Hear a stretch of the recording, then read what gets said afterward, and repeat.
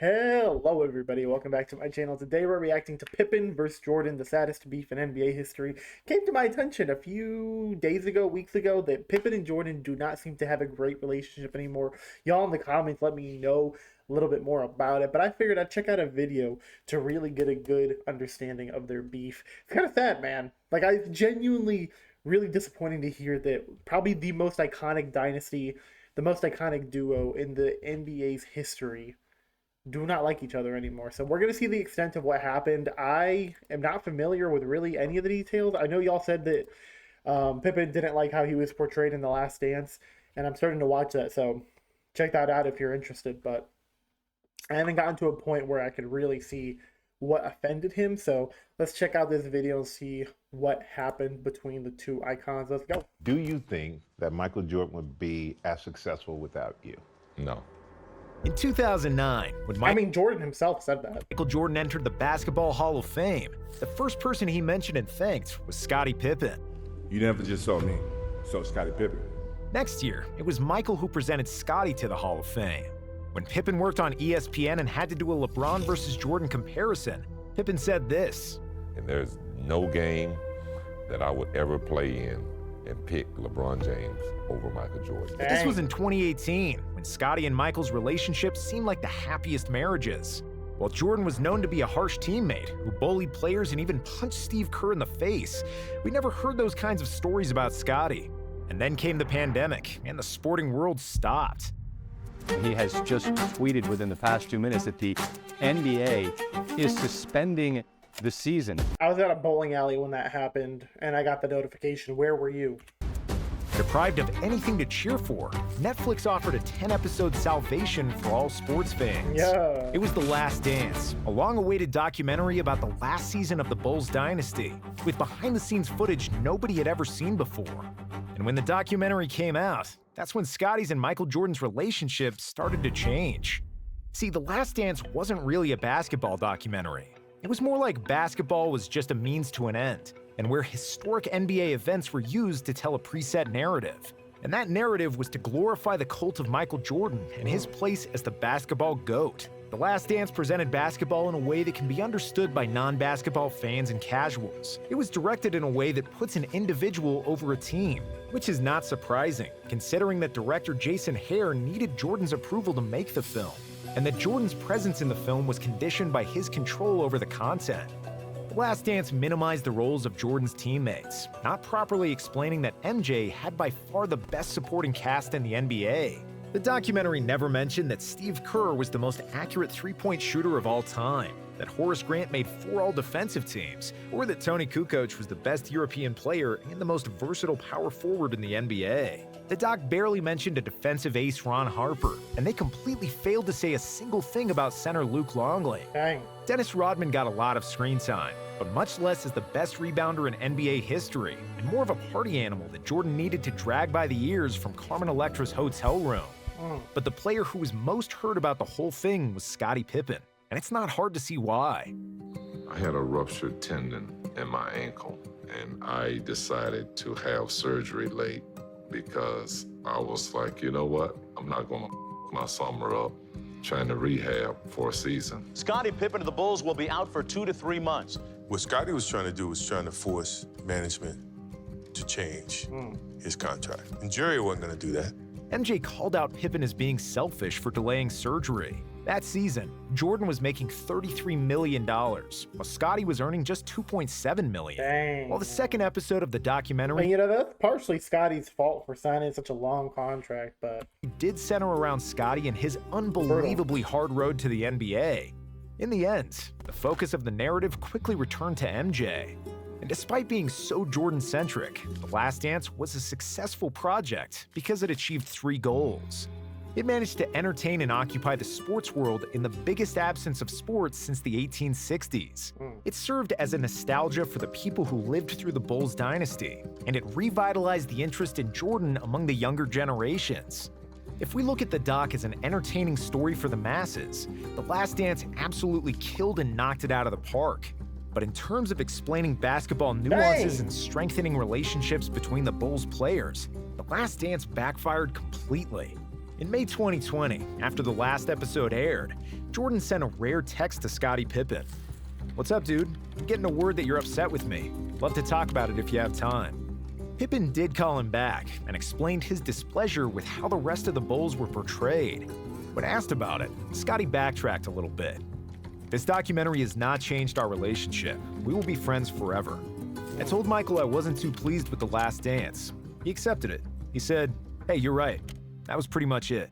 But it wasn't it, and this comment aged badly really quickly."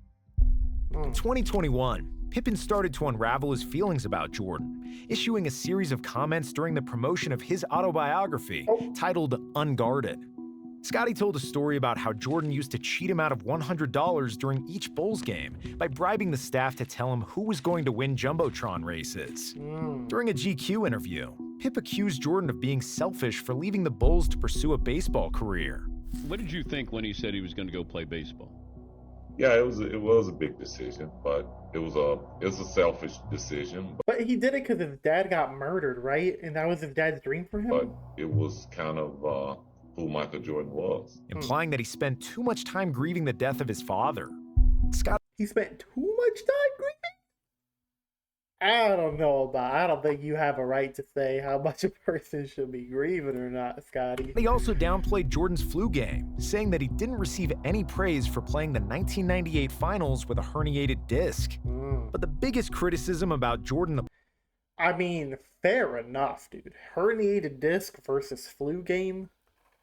Fair enough. Player was when Pippen said that the Bulls didn't win 6 rings because of MJ, and that they did it in spite of him. Oh.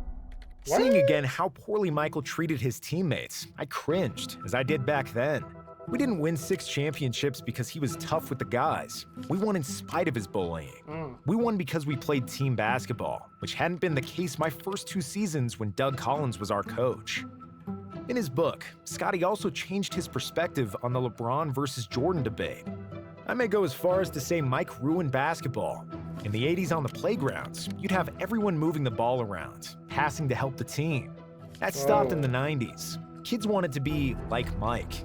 Dude, this is a narrative I haven't heard before, because I've heard the narrative of LeBron ruined the basketball because now everyone wants to move from team to team.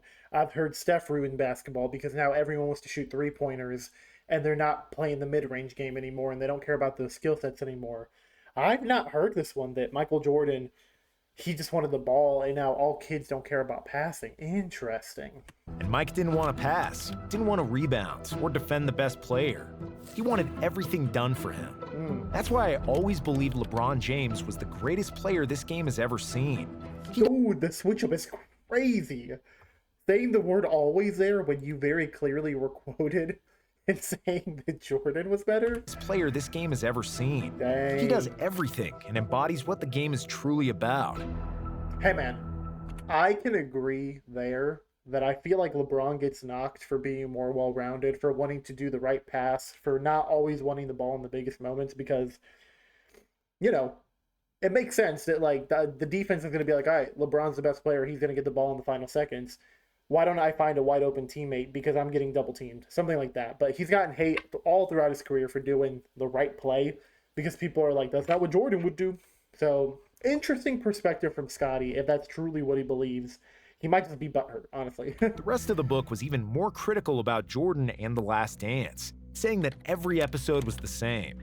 Michael on a pedestal, his teammates secondary, referred to as his supporting cast. Dang. Michael could shoot 6 for 24 from the field, commit 5 turnovers, and he was still, in the minds of the adoring press and public, the errorless Jordan. Scottie was also pissed that Jordan received $10 million for his involvement in the documentary, while he and the rest of the Bulls got nothing.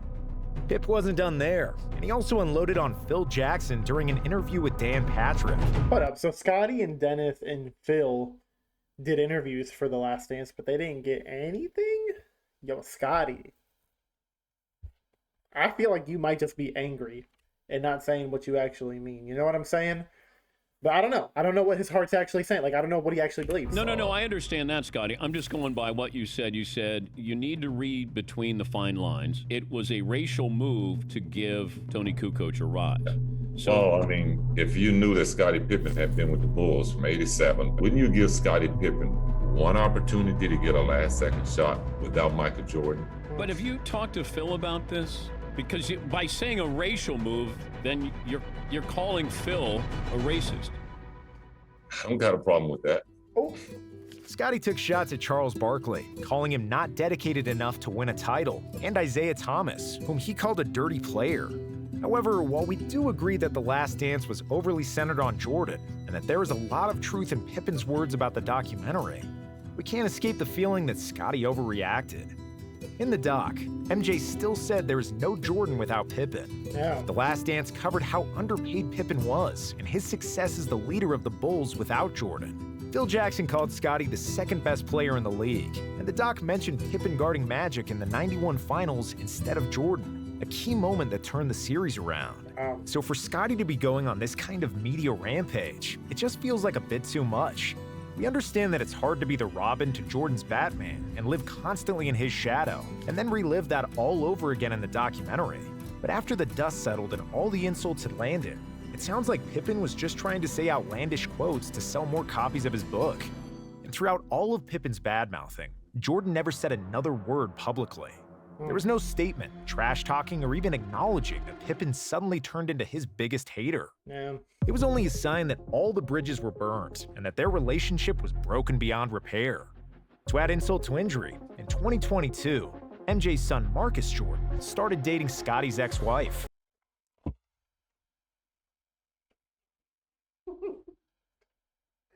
Someone told me about this in the comments. But it sounds crazier. It's like, oh my god, it's too crazy. In 2022, MJ's son Marcus Jordan started dating Scottie's ex-wife. Hey man, we giving Brody a lot of hate in this like LeBron versus Jordan kind of stuff. Like a lot of people be hating on Bronny, right? Bro, Marcus, the fact that he got away with this that I barely even heard of, like I didn't even hear about it until the comments. That's crazy. Versus Pippen, which certainly didn't feel good for her ex-husband. Wherever Scottie looked, Jordan was sticking it to a Pippen, and it seems like his anger towards MJ will not stop anytime soon. Bruh, your ex-wife gets together with your old teammate's son? What's the age gap? Marcus, Jordan, and Larsa Pip. Why'd they break up? Okay, they broke up, which I think is good for everybody. How old is she? 51? Brother, how old is Marcus? Age difference, okay. Google coming in clutch, man. A 16-year age difference. It's less than I actually would have thought. It's genuinely less than I would have imagined. Because I guess Scottie was probably dating young. Because Scottie's got to be in his 60s, right? So I guess that's not the craziest thing. But also, she probably knew him as a kid. Okay, I should not be on that Reddit. Y'all read that? That's crazy. Anyway, crazy video, man. That's such a bummer that they don't talk really anymore, and they probably beef a little too much, and Pippen's kind of switched up and become his biggest hater. Let me know, y'all, if there's any details that were missed here. I'm curious if the comments have anything to add. Don't forget that Scottie's son died like 6 months before he started ranting about Jordan. When you lose a child, your whole world shifts. You're bitter inside and take it out on everybody without even knowing it. That's a deep wound that never really heals. Man. I hadn't thought about that.